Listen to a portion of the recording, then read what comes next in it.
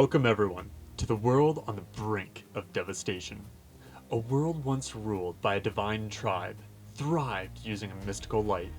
A millennia later, what remains are the ruins, treasures, and dark secrets. Uncover its truth in this forsaken paradise and become part of history. Now is the time to unite with strangers and friends alike, going beyond space and time to change the future beyond this fight. Hello, my name is Frosty Coffee. Join me on this journey as we travel into the world of Blue Protocol. Today is a brand new day, and the last live stream before we will be able to visit a stunning anime-styled online action MMORPG for the closed beta test. Throughout this video, I will be making a summary of what happened and translate to the best of my ability what happened throughout the stream on February 27th at 6 AM Eastern, 8 AM JST. And to all of you at the west side of the world, bless your soul for waking up at 3 AM in the morning. But knowing all of you, who needs sleep at 3 AM when you have brand new Blue Protocol information to wake up to? Alrighty, let's get started. The stream began with its normal, subtle spiel, telling fans what Blue Protocol is all about, and how to sign up for the closed beta test before it closes on March 2nd. Today they begin the topics on exploration, on a dungeon called Dragon's Lair, or Dragon's Cave, also discussing Arena, which has nothing to do with PvP. The devs also plan on discussing the tweets sent in, which will be summarized at the later half of this video. Now, as mentioned in the previous update video regarding the closed beta class updates, this update for the stream is all about gameplay. Throughout the video there will be gameplay playing in the background as they go throughout the game and places we may or may not have seen in previous footage. The devs group up in party and invite each other. Later throughout the dungeon, the team has other players join up with them from the studio, similar to how you would join up with players in the open field. The devs play as Aegis Fighter, Twin Striker, and Spellcaster in this gameplay. If you have played other MMOs, sometimes you can change the color of your name tag plates. In the video, the devs describe how when you're in a party, your name tag changes blue for representation, while players outside of your party will be labeled in white. While in a dungeon, you can also rest in order to recover your health bar. One of the devs also planned it out by bringing a controller to show how controller functionality is in play. Currently, the mobs are level 18, and the devs are level 20 in the game. While playing, it was actually funny to watch as one of the devs accidentally jumped off a cliff and it was stranded, unable to jump back up, and they unfortunately had to die and respawn. I found it interesting though that if you do die, you respawn completely at the beginning of the dungeon. So keep that in mind while you're playing a dungeon, that if you are far into the dungeon and you die, you will have a long way to go by respawning back at the beginning. Continuing on, they flip between all of the party members, showing each perspective. Next is Spellcaster in action. During the stream, they ended up showing off Imagines that was able to use healing abilities. On top of that, they also showed us some of the items that dropped from enemies throughout the dungeon that can be used for healing for a short amount of time. Now, the devs may not have had much to say, considering they were so focused on playing the game, but they talked about how they had plans on making dungeons at least 10 to 15 minutes long to complete. The next area they showcased was Arena mode. As the team moves into the arena, the enemies were getting stronger and stronger as they continued. The devs were level 20, and as they progressed, they began to see mobs higher, closer to level 30 in difficulty. It was actually funny hearing that the devs tipped their hats off to Twitch streamers about having to watch chat and play a game at the same time. The goal of the arena is to defeat waves of enemies. As you clear a wave, you are able to continue. If you are defeated during combat, you will fail the wave and are unable to continue. This is pretty much your basic wave/floor grinding kill games, all inside of an arena mode. The goal is to stay alive as long as possible and obtain the highest rank. However, if you run out of time, then you are completely finished. Arena mode is split up into different levels of ranks, or a form of tiers of difficulty. The lowest rank being C class, next rank being B class, second highest is A class, and finally S rank class. You have exactly 30 minutes to complete your goal, and a 6-player maximum to team up alongside to defeat your enemies. You will notice there is a battle score displayed on your screen as you progress through the arena. And based on your gear level, and skills will determine your top scores for moving forward or staying within the same battle class rank as before. Everyone will start at C rank to begin, since you have nothing to offer in the beginning. As you progress, you will be able to move up the ranks and let yourself shine the higher you go. C class rank begins at plus 11 battle score. While playing the game, the devs talk about how we all need to strategize as a team while playing arena mode. If you do not strategize, you are bound to fail. It seems throughout watching every 5 waves there will be a boss battle.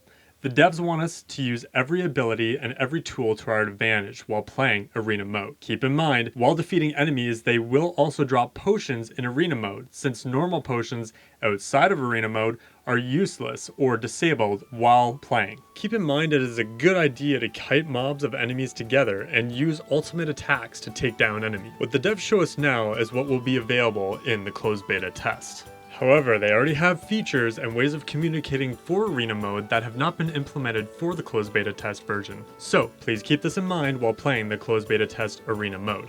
Now, after giving us a few minutes of dungeon and arena gameplay, they decided it was time to discuss the many tweets presented to them over Twitter. The devs had as easily as 27 tweeted questions to them or more throughout this stream. Okay, let's begin. Question 1.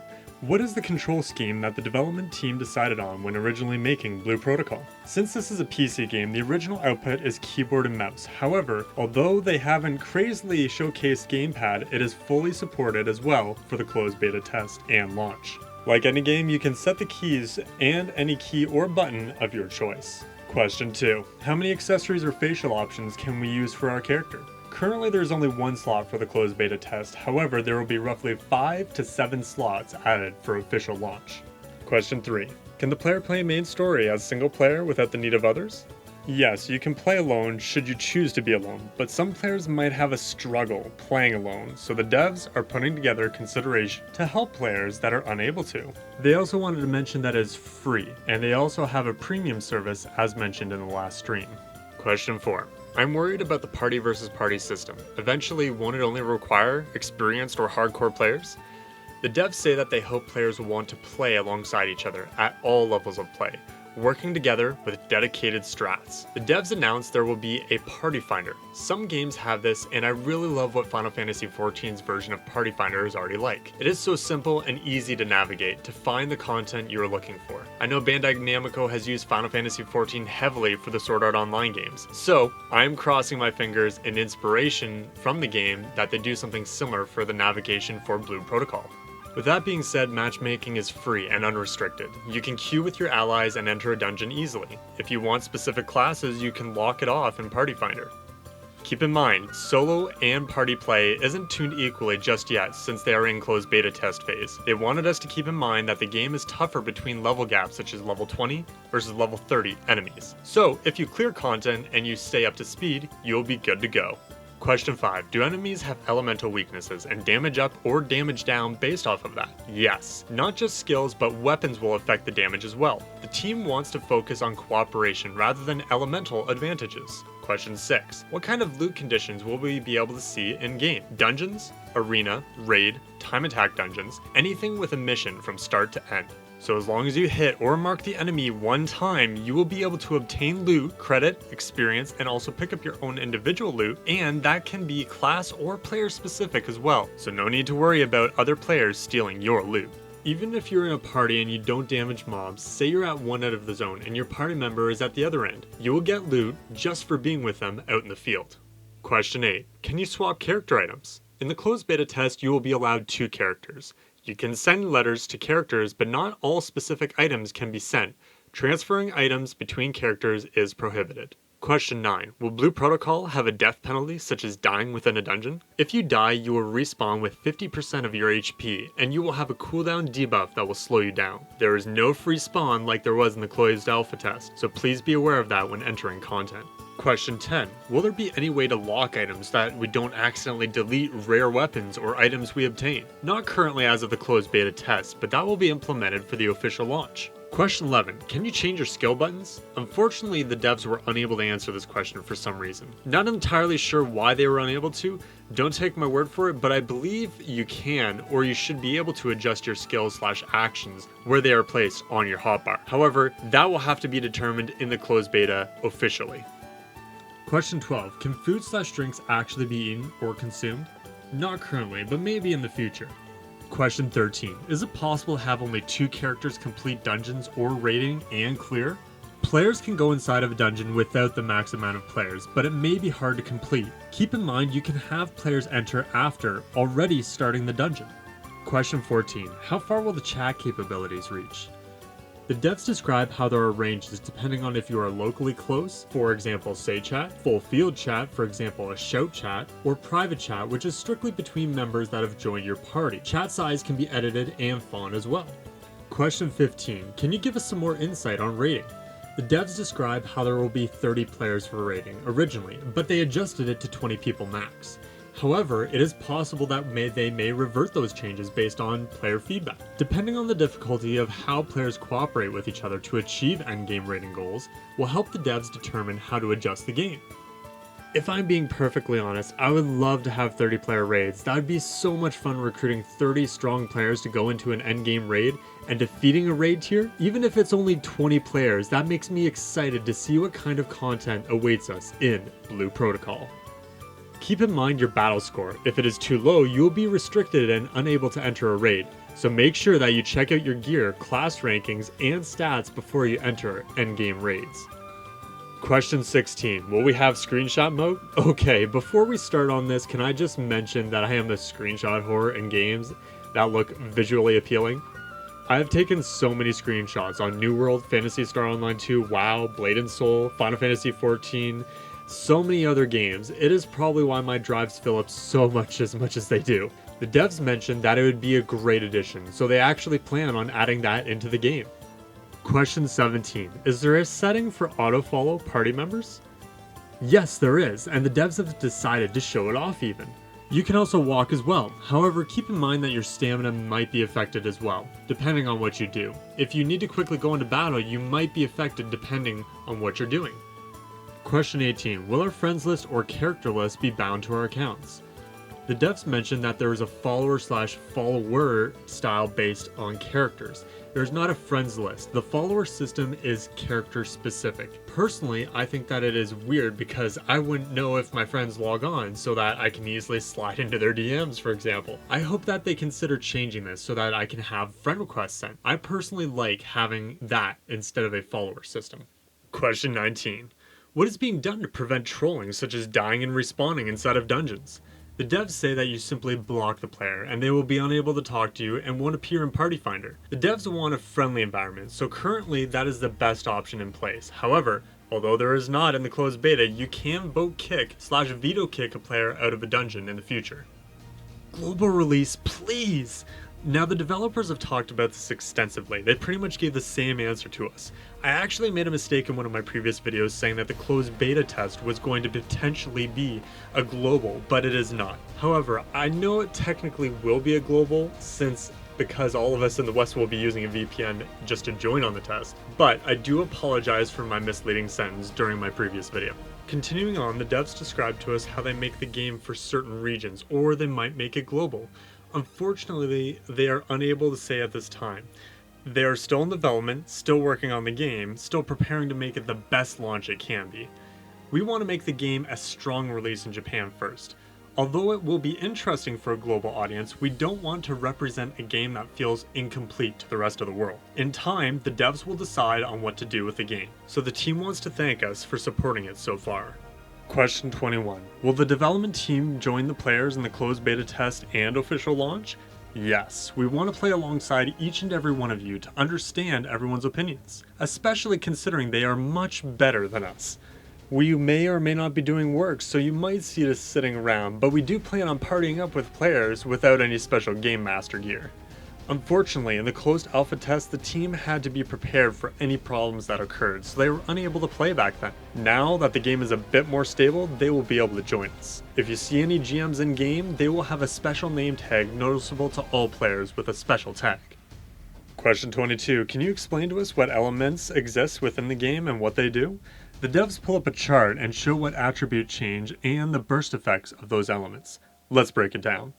Fire is continuous damage. Burst effects create explosive damage. Ice. Movement speed down and inaction creates damage upon release. Lightning creates continuous damage plus an additional skill that extends to a larger explosion. Earth, creating a movement speed down. The action creates damage upon release. Light creates continuous damage plus a knockback, and burst damage makes explosive damage. Dark creates continuous damage, and the burst action is to additional damage upon release. Question 23. Is it possible to create communication without entering talk mode? Yes, you'll be able to enter talk mode as long as you have the F key pressed. Question 24. How does time attack rankings work? The ranks will be posted as mentioned in the previous stream on the official site. They plan on adding them in-game as well. This feature is simply for endgame content for competitive play and to show off a bit. This is also subject to change from the closed beta test to the official launch, based on feedback. Question 25. Can you explain how quests work in Blue Protocol? Throughout the world, there will be NPCs that you can find and talk to. The devs want us to discover them and accept their quests while interacting with them. Now the last two questions really don't have much to do with the game, more about their Twitter and the closed beta test, but the devs wanted to thank us for submitting all the questions and helping them with the changes so far. Remember everyone, the closed beta test signups end on March 2nd, 2020 at 11 AM GST, that is 9 AM Eastern. Also, the devs did mention that 4 days for the closed beta test might be too short, so with that being said, when the test is released, maybe fans could poke on their Twitter and extend the closed beta test? Alright everyone, thank you so much for watching. Before you all leave though, I have my own Discord set up for all of the community, which has now a section for Blue Protocol. So, if you're interested in joining me and building a strong community alongside me in the Crystal Network Discord, then please check out the description in the video below. The link will also be up on screen. If you enjoyed this video, please hit the subscribe button and turn on the bell icon to know when new videos are going live on my YouTube channel. If you haven't already, you can also support me live throughout the week on Twitch by hitting the follow button and on Twitter to know the up-to-date news when my latest videos are going to be live. Thank you so much once again for joining me, and although this is the last stream before the closed beta test, I look forward to making more videos on Blue Protocol very soon. I look forward to seeing you all in the closed beta test for Blue Protocol. Stay frosty, everyone.